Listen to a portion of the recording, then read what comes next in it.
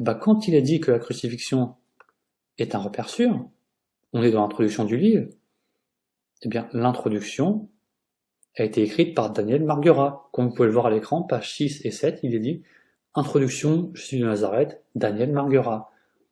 Et c'est dans cette introduction qu'Antichuboat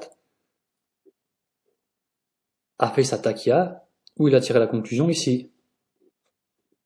Alors qu'elle est ici. Donc le marchand d'illusions, Marguerat dit que c'est un repère sûr. Et ce que j'ai fait, c'est que j'ai contacté Daniel Marguerat, je lui ai envoyé la vidéo crucifixion partie 3 d'Antichuboat, j'ai donné à Marguerat le minutage du passage où Antichuboat le cite, via le livre de Raymond Brand, et je lui ai demandé ce qu'il en pensait.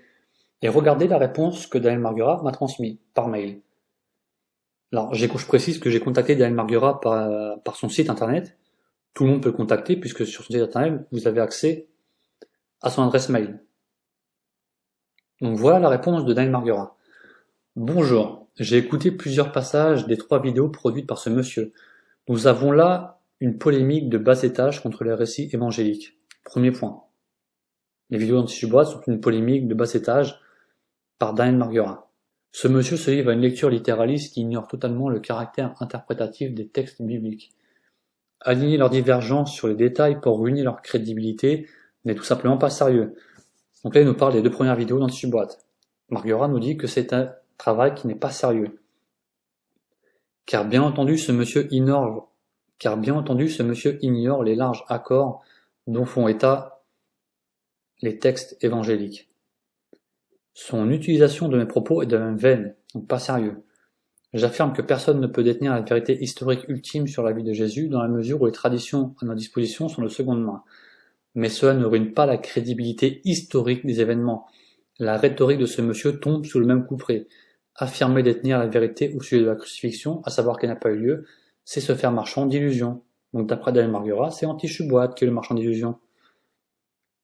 Imaginer que les chrétiens auraient inventé une mort aussi atroce pour leur Seigneur, c'est aller à rebours du bon sens le plus élémentaire.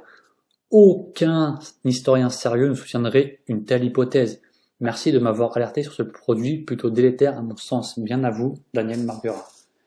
Aucun historien sérieux ne soutiendrait une telle hypothèse. Cher Antichuboat, va falloir expliquer pourquoi 9 jours après la sortie de votre vidéo crucifixion partie 3, vous vous êtes vanté sur Paltalk d'avoir terminé le sujet sur la crucifixion historique en ayant cité les spécialistes, les chrétiens.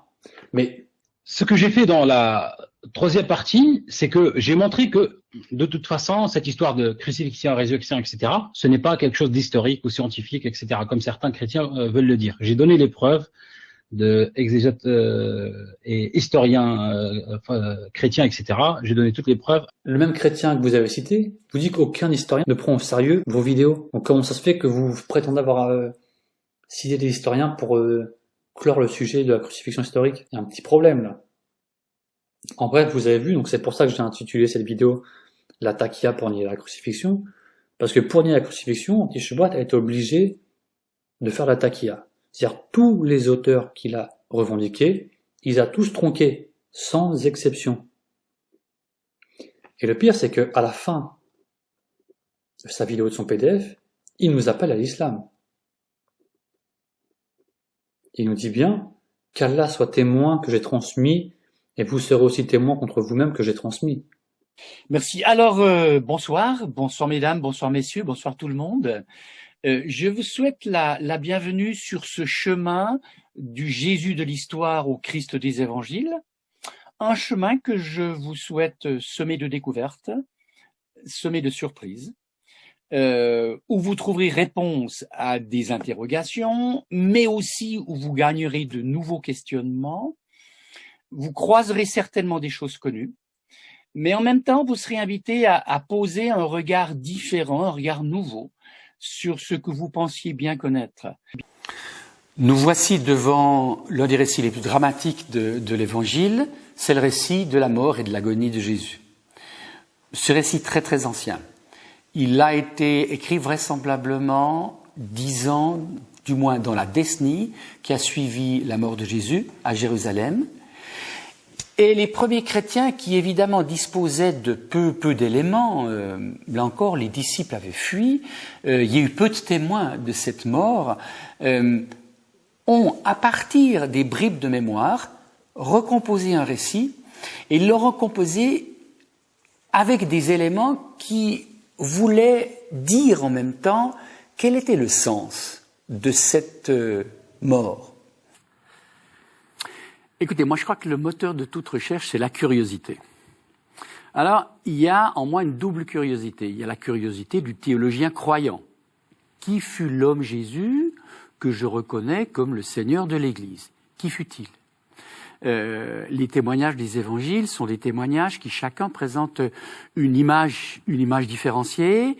Je les travaille en tant que spécialiste du Nouveau Testament. Si l'évangile de Jean dit le vrai, comme vous dites, hein, oui, si l'évangile de Jean dit le vrai, le portrait que donnent les évangiles de Marc, Matthieu et Luc, dont la quasi-totalité de la recherche dit qu'ils sont quand même plus anciens, ça veut dire que ce sont des faux. Vous avez dit comme à travers d'un voile.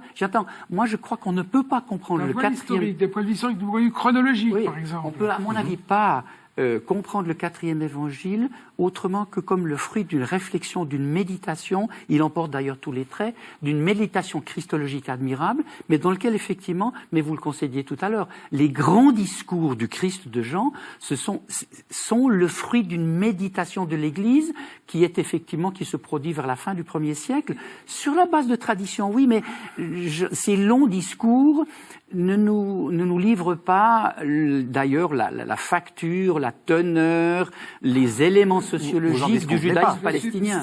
Mais le débat sur la Torah aussi disparu de l'évangile de Jean. On est à la fin du 1er siècle, évidemment, bien sûr. Alors vous savez que lorsque les chercheurs du Jésus de l'histoire s'interrogent pour savoir comment mesurer le degré de faisabilité historique, le degré d'historicité d'un texte. Il y a plusieurs critères qui entrent en ligne de compte. Il y a notamment la présence dans plusieurs sources indépendantes les unes des autres, mais il y en a un notamment. Et il y en a un qui est assez sûr et assez fiable, c'est ce qu'on appelle l'embarras ecclésiastique.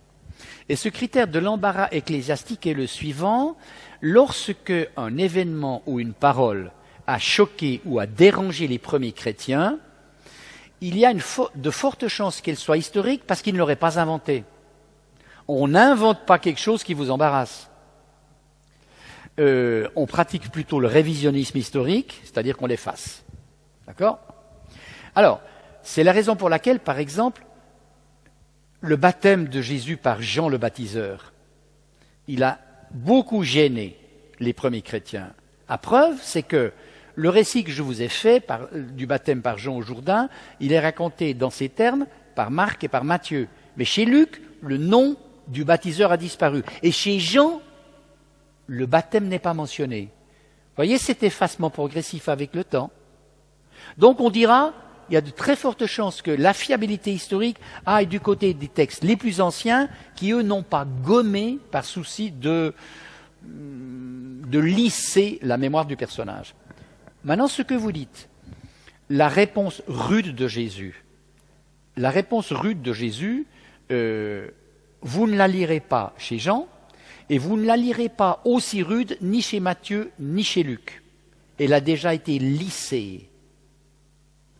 Et ce phénomène de lissage est un phénomène qui précisément va au profit de l'historicité du texte le plus ancien, celui de Marc. Que cela ait pu être utilisé après par les défenseurs d'un principe dynastique dans la succession de Pierre, Jacques, frère du Seigneur, hein, aussi, mais que cela peut être été utilisé dans le sens d'une résistance au principe dynastique dans la gouvernance de l'Église de Jérusalem, c'est possible. Mais ce principe de l'embarras ecclésiastique va au contraire en faveur de ces aspérités, de ces rugosités dans l'image hiératisée de Jésus. Et donc, je crois qu'il ne faut pas confondre l'utilisation postérieure des textes avec,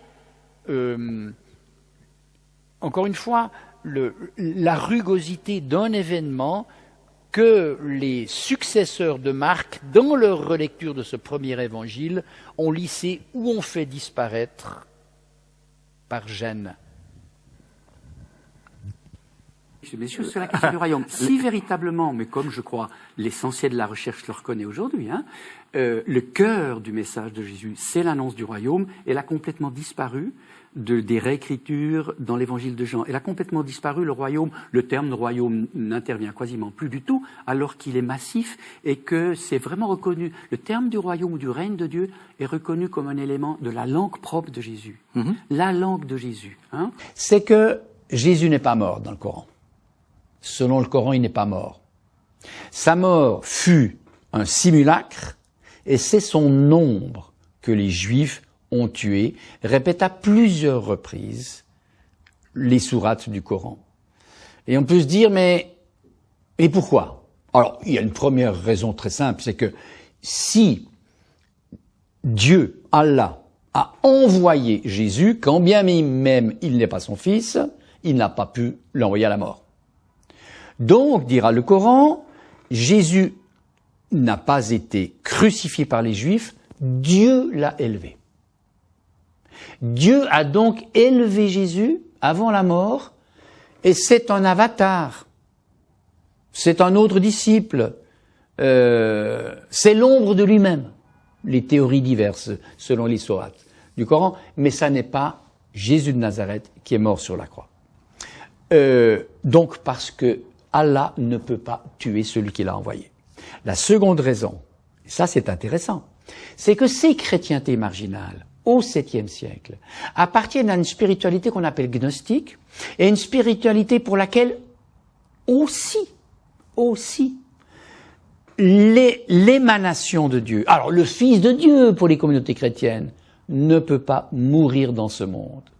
Et ces communautés-là, on connaît leurs évangiles, on connaît leurs écrits.